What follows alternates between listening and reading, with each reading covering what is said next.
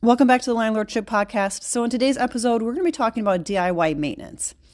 This is a good conversation for both flippers and rental investors because in both areas of investing, we are likely to want to do some of the work ourselves.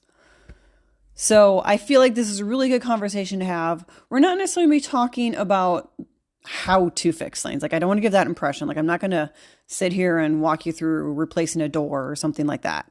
But rather, we're going to have a conversation about understanding when you should and shouldn't do your own maintenance. So stay tuned.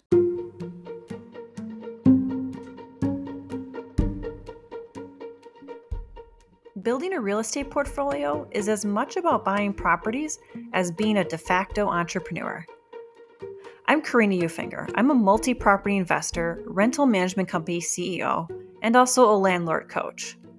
I'm going to show you the systems and knowledge you need to thrive as a real estate entrepreneur.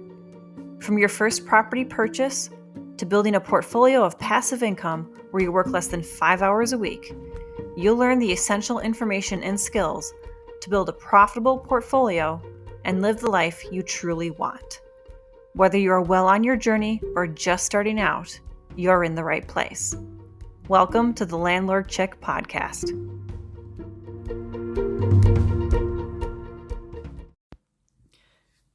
So we're all focused on the bottom line here. Like, that's what we are as rental investors. We're focused on our bottom line because we aren't running a charity. I mean, I say this all the time, but we're not running a charity, we're running a business. So we're always looking at that bottom line and making sure it works for us. And oftentimes when we find ourselves a little short or getting a little worried, one of the first things we'll think about doing is doing a repair ourselves, saving ourselves that money. And I'm not saying this is an awful thing. I'm certainly not saying that. Please don't get the impression as we go through this conversation that I'm trying to convince you not to do your own maintenance. I'm certainly not trying to do that. Me personally, I have elected to outsource probably close to 80% of my maintenance for the properties that I own. And I'll talk about my decisions to do that as we go through some of these questions here. But honestly, I think for a starting out rental investor, doing your own repairs can be a good thing because number one, it gets you more presence at your property. You can kind of keep a overview on it very nicely then. Two, you learn a little bit about repairs and maintenance. And I say that because one thing Robert Kiyosaki talks about, I believe, in one of his Rich Dad, Poor Dad books is about how you want to know when the person you hire to do something is BSing you. So your knowledge needs to be at least to the point where you can understand when someone is trying to BS you. So that's why I think it's okay for rental investors to do some of their minor repairs. Now, I certainly wouldn't advertise you or promote you replacing your sewer lines by yourself or, running a new gas line to the dryer or whatever it may be. Like, I'm certainly not here promoting any of that. But there is something to be said about basically getting street smarts about repairs. So being hands-on like that might not necessarily be a bad thing in the beginning. Now, if you're a flipper, I think the same thing kind of goes. Like, it's great for you to get in there, roll up your sleeves, see how things are done, get an idea of what it's like to do some of these repairs so that when you're talking with your contractors, you have a little basis of experience. But there can also be a point where it doesn't make sense for you to do your own repairs in a flip either. One of the things that I learned from my grandfather is, and I've probably said this at one point or another in the podcast because every once in a while I throw in these gems that I get from my parents and my grandparents. But I remember my grandfather saying to me that when you are a real estate investor, especially with rentals, you have to outsource at least one portion of managing the properties in order for yourself to grow. Or else you're going to be so focused on doing the day-to-day stuff that you'll never be able to actually grow. So that's part of this conversation here. We're talking about doing your own repairs. You have to kind of keep in mind that the more you're doing for that property physically yourself, that's less time that you have to be growing your portfolio and to be focusing on the bigger picture. The small picture being that door handle that's broken or that garage door opener that won't close all the way or whatever it may be. So that's something to keep in mind as we go through this conversation. Now, there's a couple questions you want to ask yourself as you're going through these repairs or considering doing these repairs. And I think the first question we always need to ask ourselves is, do we have enough time to do repairs? Now, we're talking about this in the bigger picture, so it's not a particular repair, because at this point, we're just trying to establish if we have enough time to do the repairs consistently for our properties. If you are an investor who still has a W-2 job, whether it be full-time or part-time, and maybe you also have children that you're shuffling around to activities and you're also trying to spend quality time with them. You're trying to go on vacation with them. Maybe you're just trying to spend quality time at home. Maybe you're the leader of the Cub Scouts or the Girl Scouts. You're coaching soccer or football or basketball or volleyball or whatever they're in. You can likely see how we can have a lot of demands on our time. And at some point, we kind of need to prioritize, okay, what's going to come first? Maybe for you, maybe you don't have children, maybe you only have one, maybe they're older anyway, they're not in the age where you're shuffling them around to things. Maybe it is okay for you time-wise to do your own repairs because you don't have as many of those demands on your time. But if you are someone who is, the parent of 4 kids and they're all under the age of 12 and you maybe travel a lot for work, maybe you work 60 hours a week, not just 40 hours a week. These are all considerations that you take into your decision making of whether or not you're going to do your own repairs. And once you figure out how much time you have available to complete these repairs, the next thing I want you to do is look at it in perspective of what it does for your real estate investing. So with flips, let's say you've decided you're going to paint your flip. Relatively easy, right? I mean, I probably knew how to paint a fence and a wall before I could ride a bike, but I was kind of stunted at learning how to ride a bike. Really wasn't the greatest at that for a while. But anyway, I've known how to paint walls and fences for almost as long as I've known my ABCs. So for me, when I have a vacancy, sometimes I think, oh, I can just go in and paint that really quickly. That'll be great. Save myself that, $1,000 or whatever. But then I have to talk myself back and be like, well, wait a minute. Do I have time to do that? Do I physically have time in my schedule to do that? Chances are usually not. Especially if we're just talking about a basic unit painting. I don't know if I really have time for that in my schedule. But then the other portion of the time idea is by using that time to paint those walls, to paint that unit, am I taking away from something else that I should be doing that no one else could do for me? Brandon Turner talks about a lot of leveraging your time, leveraging other people's time. So does it make sense for me, someone who has a fairly big real estate portfolio, fairly decent sized one, let's say, someone who's also a property manager or realtor, does it make sense for me to spend, let's say, 24 hours total painting my apartment when I could have somebody else do it? What am I sacrificing those 24 hours from? Am I not doing the administrative portion of my property management company? Am I not out there looking for deals that I could be a part of myself? Am I losing out on opportunities to network with people? You have to take into consideration what you're losing if you do decide to devote that time to doing the repairs. It's not necessarily as quick and easy of a decision as you think. Because consider it this way, on a smaller scale. Let's say you have a tenant who has a leaky P-trap. Well, let's just say it's a leaky sink. Then you realize it's the P-trap. You don't know anything about a P-trap. So you go onto YouTube, you watch a couple videos, you think you figured out how to do it. You go to the repair store, you buy maybe the kit to replace the P-trap, however you want to do this, you do you. You get all that, you go to the unit, and then you start digging in, you get into it, and suddenly it's taking you twice as long, 3 times as long to replace that P-trap compared to what the video said it would take you. Was that really an effective use of your time? If it takes you just underneath the sink, if it takes you an hour and a half, 2 hours to do that, because you don't have any experience with it, then you add in your time of watching the various YouTube videos, and then you also add in your time of going to the hardware store and buying these parts. Did it really make sense for you to use your time in that way? Could you have used, let's say, that 2.5 hours in a different way that would have been more fruitful for your life, whether it be your personal life or your investments? Chances are there probably is a more efficient way that you could have used those 2.5 hours.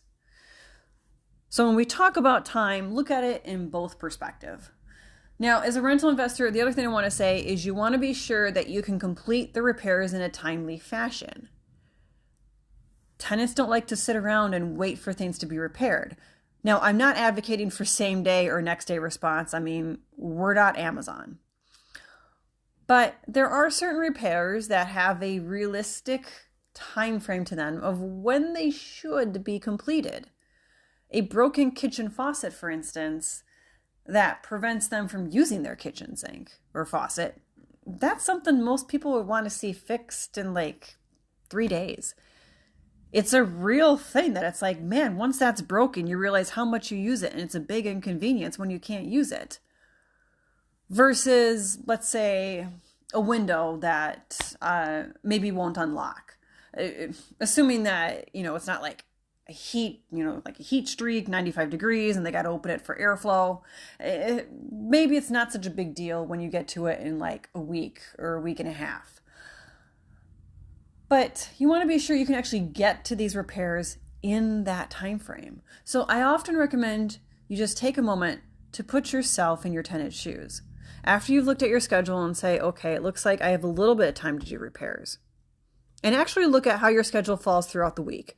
Don't just look at it in a like abstract sense. I want you to actually map it out and go, okay, on Tuesdays I'm here, Wednesdays I'm here, Thursdays I've got this every week or whatever.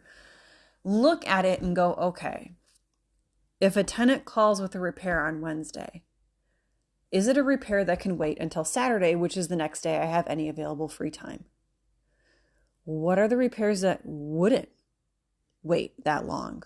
And that's something that you have to consider. Now, of course, generally speaking, if your tenant texts you at work, while you're at work, if you have a 9 to 5 or whatever you have, if they text it and say that their water heater is leaking out of the bottom a lot, chances are you're going to like just call a plumber and say, hey, call my tenant. They've got this thing going on.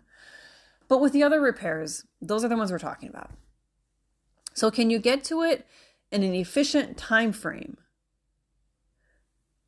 that doesn't put the tenant in a bad spot? That's something you have to consider when you're talking about your time. Now, the next question you want to ask yourself is, do you have the maintenance knowledge? We just talked about watching YouTube videos, which YouTube videos are great. Don't get me wrong. They're really good. I recommend you watch them and then tinker around in your own home rather than your investment, whether it's occupied, unoccupied, or a flip. But of course, we all have ways that we can learn how to do repairs. But yet there's also this idea of, is it going to fall in your natural skill set? If you are already a handy person, like you get indications that you're a handy person, then sure, by all means, maybe it does make sense for you to pull up a couple YouTube videos, see how to do something. And then you'll be able to grasp it and learn it. My husband learned in this exact way. He learned by basically having something broken in front of him, YouTubing it when YouTube came around. And then he learned, he rinsed, repeated, and did over.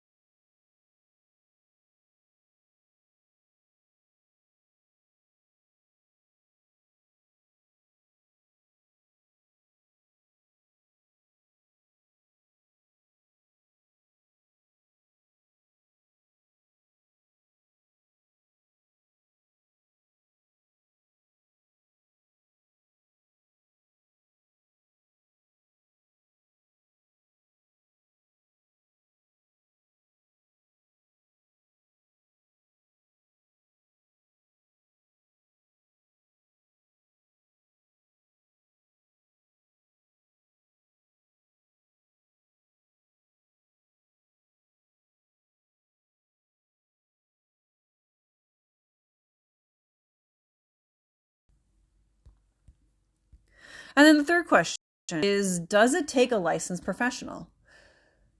Now, some of these things we can generally agree, like, duh. I think replacing the service panel or your circuit breaker panel, definitely. Obviously, upgrading from fuses to circuit breakers, definitely a licensed professional. But then you also need to do a little bit of research into your municipality codes and figure out what they say has to be done by a licensed professional. Now, of course, I can't advocate that you circumvent what your municipalities say. You should really follow them as much as makes sense to you and to the best of your ability. Now, that being said, I have managed in municipalities, not in Wisconsin, but previously I've managed in municipalities that they wanted a licensed person to replace an outlet, a light switch. They wanted a licensed plumber.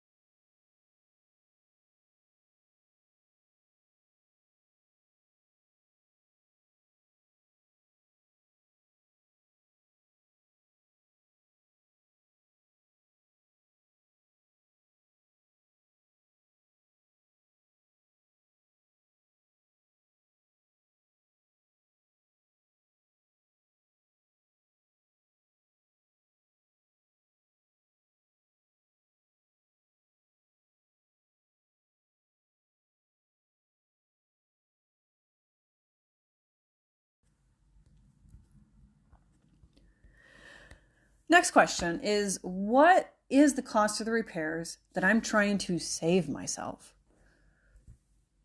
Getting back to this idea of time being money and time effectiveness, does it make sense for you to go over to your unit and do something that you could pay someone $50 to do? Does it make sense for you to do something at your flip that you could pay someone else $200 to do? For a flip, $200, it probably makes sense just to have the person do it. So that's something to just kind of take into consideration is, from a common sense standpoint, does it make sense for you to drop everything, go over there and fix something that is a relatively small fix, which means it's likely not going to cost you as much to have somebody else do it?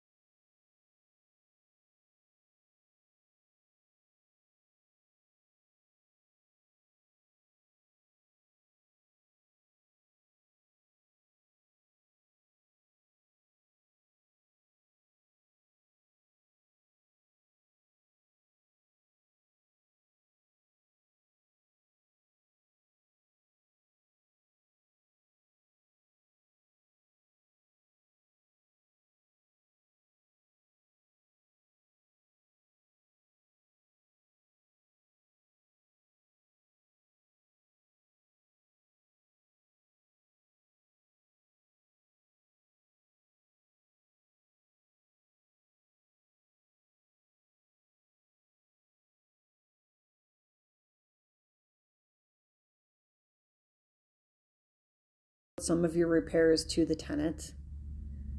But again, just be careful with what you're trying to offload. Okay, so that is a big conversation about DIY maintenance for flippers and rental investors.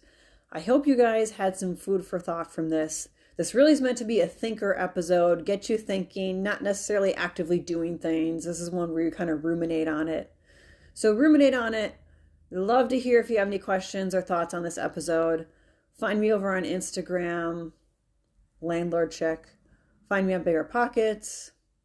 Anywhere you find me, let me know what you guys thought of this episode and what it kind of made you think about as you're thinking about doing your own repairs. I hope you guys have a great week, and I will see you next time.